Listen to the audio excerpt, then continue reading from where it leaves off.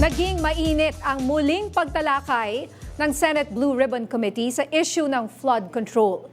At kaugnay nga niyan, makakausap po natin si Attorney Barry Gutierrez, Senior Lecturer sa UP College of Law at isang kilalang political analyst. With due respect, of course, host at dating congressman. Magandang gabi po, Attorney Barry, at welcome po muli sa Arangkada Balita. Magandang gabi din, Nina, at salamat. Yes, kasama ko rin po si Jack, Attorney Barry. Of course, Sir Jack. Yes. Hi, sir. Attorney, ano po muna ang inyong reaksyon sa naganap na Senate Blue Ribbon Committee hearing kahapon? Ano po ang mga take-away nyo dito?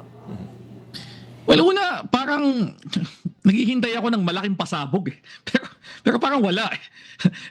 Maski nga si Senator Ping Lacson, ang chairman ng Blue Ribbon Committee, siya na mismo nagsasabi na yung mga ibang mga naging pahayag ng mga testigo dito, hindi decisive. Kumbaga, sabi nga niya, lead lang. So, sa akin, kung lead lang yan, wala pa masyadong laman. Mas mabuti kung ang mapapaharap ng mga testigo ay yung talagang makapagsasalita tungkol doon sa involvement ng mga matataas ng personalidad dito nga sa pumutok na skandalo ng flood control. Pero yung mga napakinggan natin kahapon, bagamat may mga bagong testigo, parang wala masyadong laman at hindi masyadong dumikit sa sino mang mga napangalanan na at wala namang mga bagong pangalan na lumabas pa. And Attorney Barry, anong reaction nyo dito sa, di ba, meron pa ngayon dumating yung parang naka-hood, yung pala si Gerald Pacanan, di ba? Parang yung character sa mga green screen, naka-green siya. Yung pa talaga pinili niyang sa mukha niya. Anyway, meron pa dalawang babae na pinipilit na idawit nga yung dating speaker. Ano pong reaction nyo dito? May relevance ba talaga sila sa case? Bukod sa sinasabi niya, kiniklaim nila na may ugnayan si Curly Discaya. Pero ganun ho ba talaga kabigat yung ganong klaseng testimonya or sinasabi nila? Sa aking pagkakaintindi, parang hearsay ang dating. Ibig sabihin, hindi naman galing sa personal nilang kaalaman yung kanilang sinasabi. Ang sabi lang nila, nakausap namin yung contractor ng taong bumili ng bahay, eto si Curly Discaya, at siya ang nagsabi sa amin na si Martin Romualdez daw ang may-ari, ang bumili ng bahay nung kanilang pinagtatrabahuhan.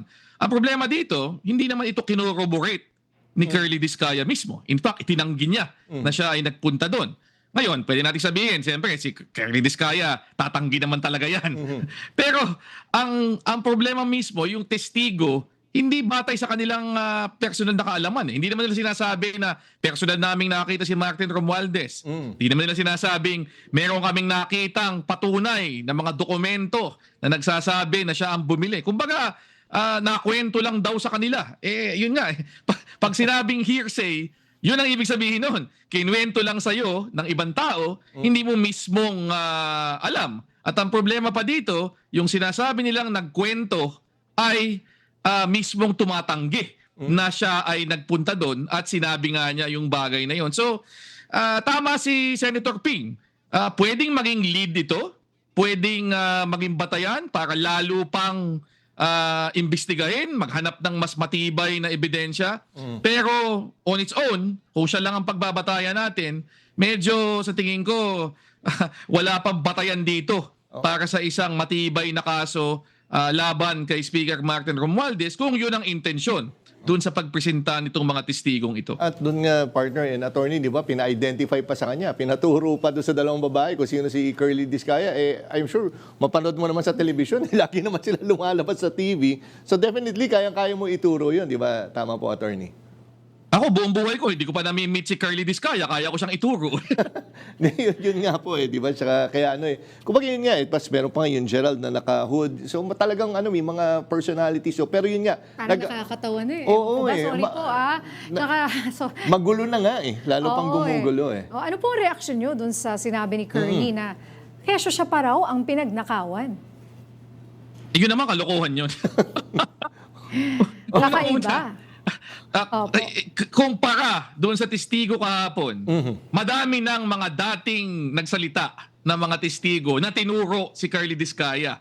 At siya mismo, umamin na siya na meron silang kinalaman sa pagbibigay ng kickback sa mga kung sino-sinong mga politiko. In fact, 'di ba, meron na nga mga binalik supposedly na mga pera na supposedly na kinita dito sa mga anomalyang galaw nga na ito. So, sa tingin ko sa puntong ito, medyo malabo-labo yung kanyang sinasabing yon. Pero ako, Pero bilang bakit abogado, po?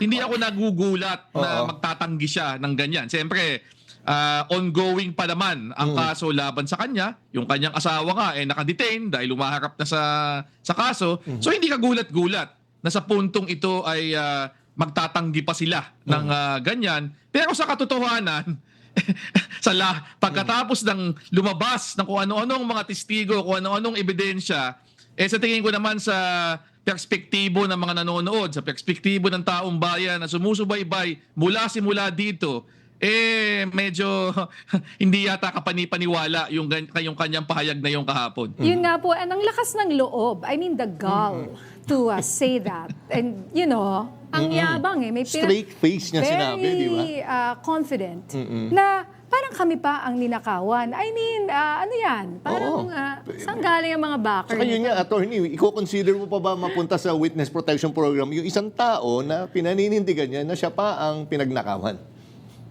Yun na nga di ba ilang beses nang sinabi ng mga iba't ibang mga legal experts diyan, kasama na mga retiradong mga maestrado ng Korte Suprema na hindi basta-basta pwede kang i-admit sa witness protection program. Mahaba pang usapan dun sa pagbabalik, 'di ba, ng pera. At para sa akin, ito nga tama yung sinabi nyo. Etong huling pangyayaring ito, itong pinaka-latest na ito, na siya pa ang parang nagsasabi na sila ang biktima dito, sila ang pinagnakawan. Sa tingin ko, yan na ang huling patunay na hindi sila talaga dapat gawing state witness. Dahil mukhang walang pagsisisi. Parang ang lumalabas pa dito, tingin nila sila yung argabyado, ganong malinaw na sila ay merong sala dito at sila ay nasa sentro ng pagnanakaw at hindi nga pagnanakaw, pandarambong ng bilyong-bilyong piso galing sa kaban ng bayan. Pero yun nga, attorney, ba't kaya hanggang ngayon patuloy pa rin yung pagtutol ni Senator Marcoleta na magsoli ng pera bilang restitution nga, di ba?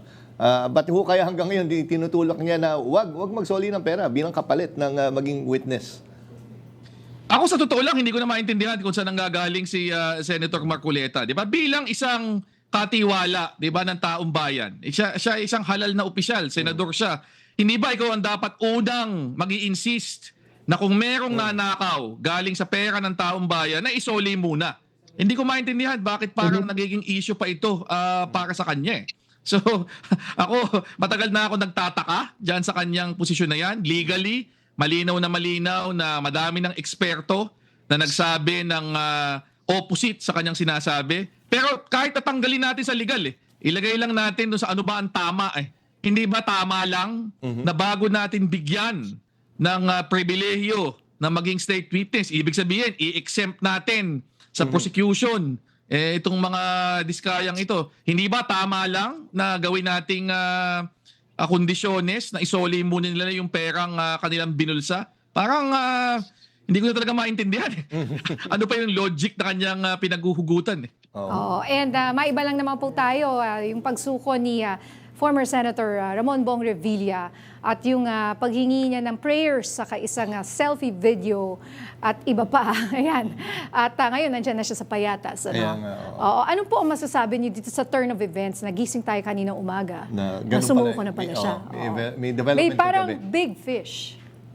Well, yun nga matagal na nating hinihintay na meron talagang malaking isda na maaresto. At para sa akin, yung pagkakasuko, yung paglalabas ng warrant at yung sumunod na pagsuko ni dating Senator Bong Revilla, kahit pa paano isa itong katuparan dun sa matagal na nating hinihintay. Ako, natuwa naman ako na kahit pa paano hinarap niya. Diba? Kasi kaysa naman magtago ka pa, may mga ibang senador nga dyan hanggang ngayon nagtatago. Although iba naman yata yung kanilang issue kung ba't sila nagtatago. Ang dami nagtatago. Pero sa kaso ni Senator Bong, kahit paano, humarap siya At umaasa tayo na sa lalong madaling panahon, umandar itong kasong to. Kasi alalahanin natin, hindi ito ang unang pagkakataon na si Bong Revilla ay naaresto dahil nakasuhan. So, strike 2 na to para sa kanya. So ako, kung matibay naman ang ebidensya at meron talagang malalabas na testimonya at iba pang mga documentary evidence laban sa kanya, dapat naman mauwi na ito sa isang aktual na pananagutan kung talagang nandyan ang batayan para siya ay maituro nga at makonvict na may kinalaman dito sa mga anomalyang ito. Okay, maraming salamat, Attorney Barry Gutierrez, again sa oras na binigay mo dito sa Arangkada Balita. Ingat, sir. Anytime. At mabuhay kayo, Sir Jack at Ma'am Nina.